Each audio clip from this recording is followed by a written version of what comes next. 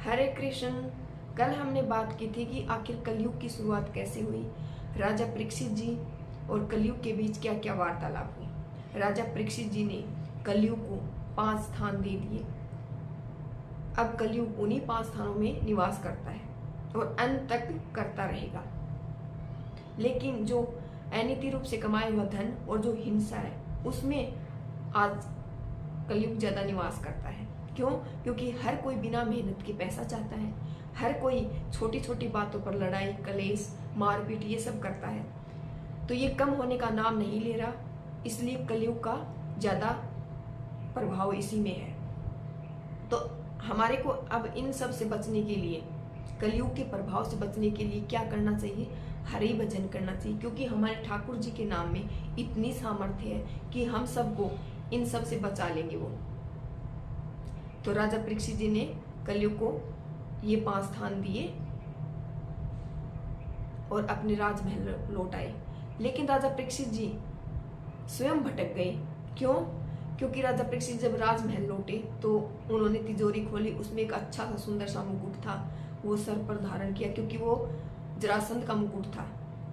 जैसे ही वो सर पे धारण किया तो अनिति का धन सिर में आ गया। तो राजा परीक्षित जी भटक गए। अब वो भ्रमण करने के लिए वन में चले गए। भ्रमण करते करते राजा परीक्षित जी को प्यास लगी तो वो एक आश्रम में पहुंचे। वो समीक ऋषि जी का आश्रम था। उन्होंने वहां पर जाकर जल मांगा, लेकिन समीक ऋषि जी ध्यान में बैठे हुए थे। ध्यान में बैठे होने के कारण वो राजा परीक्षित जी को जल नहीं पिला पाए।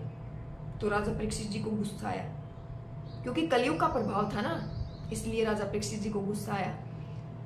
गुस्सा आते राजा परीक्षित जी ने मरा हुआ सर्प ऋषि जी के गले में डाल दिया।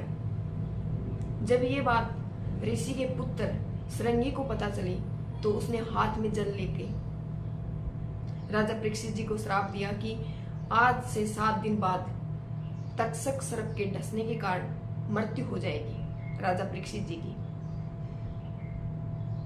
जब राजा परीक्षित जी घर लौटे तो उन्होंने जैसे ही मुकुट उतारा तो कलयुग का प्रभाव खत्म हो गया। तो राजा परीक्षित जी सोचने लग गए कि ये मैंने क्या कर दिया आज, जबकि मेरे राज्य में कोई गलत कार्य होता ही नहीं है और मैंने ही ये कर दिया। फिर ऋषि के आश्रम से एक ब्राह्मण, गोरमुख नाम का ब्राह्मण राजा परीक्षित जी के पास आया और कहा कि आज आपने जो किया है वो बहुत गलत किया है, उसका परिणाम आपको भोगना पड़ेगा। आज से 7 दिन बाद आपकी मृत्यु हो जाएगी। राजा परीक्षित जी ने बिना सोचे समझे अपने पुत्र जन्मेजय को बुलाया और खुद सिंहासन से उठकर जन्मेजय को सिंहासन पर बैठा दिया। राजा परीक्षित जी अपनी पत्नी से बोले कि मैं संसार का सबसे भाग्यशाली व्यक्ति हूँ। तब राजा परीक्षित जी की पत्नी बोली कि जिसको श्राप लगा है वो 7 दिन में मरने वाला है, वो भाग्यशाली कैसे हो सकता है? तब श्री राजा परीक्षित जी बोले कि ब्राह्मण के मुख से निकला हुआ वाक्य जनार्दन का वाक्य माना जाता है। शास्त्र भी आज्ञा करते हैं ब्रह्म वाक्यम जनार्दनम। तो जो अभी ब्राह्मण कह के गया है कि मेरी मृत्यु 7 दिन बाद होनी है, तो देवी ये किसी को पता नहीं कि हम आज हैं तो कल हैं या नहीं, लेकिन मेरे को ये पता है कि मैं 7 दिन तक जिंदा हूं। 7 दिन के बाद मेरी मृत्यु होगी,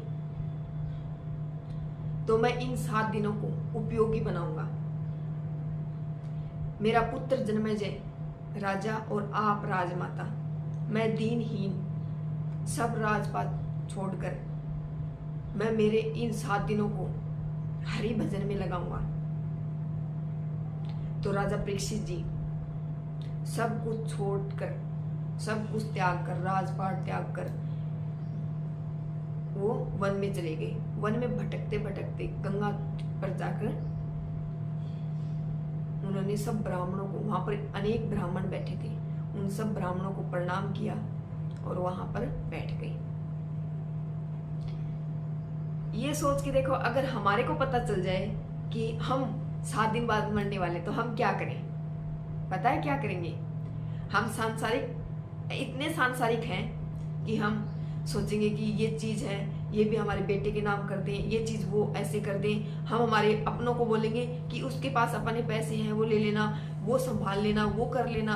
हम फिर भी संसारिक चीजों में घुसे रहेंगे, हम हरि भजन में नहीं लगेंगे। लेकिन राजा परीक्षित जी ऐसे थे। राजा परीक्षित जी अपने आप को हरि भजन में लगा दिया।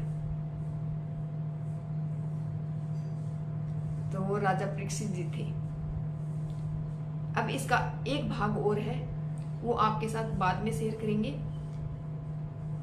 तो इसलिए कलयुग का जो प्रभाव अपने ऊपर हो, उससे पहले हरि भजन कीजिए, क्योंकि हरि भजन ही हम सबको इन चीजों से बचा सकता है। हमारे ठाकुर जी इन चीजों से हमारे को बचा सकते हैं। राधे राधे।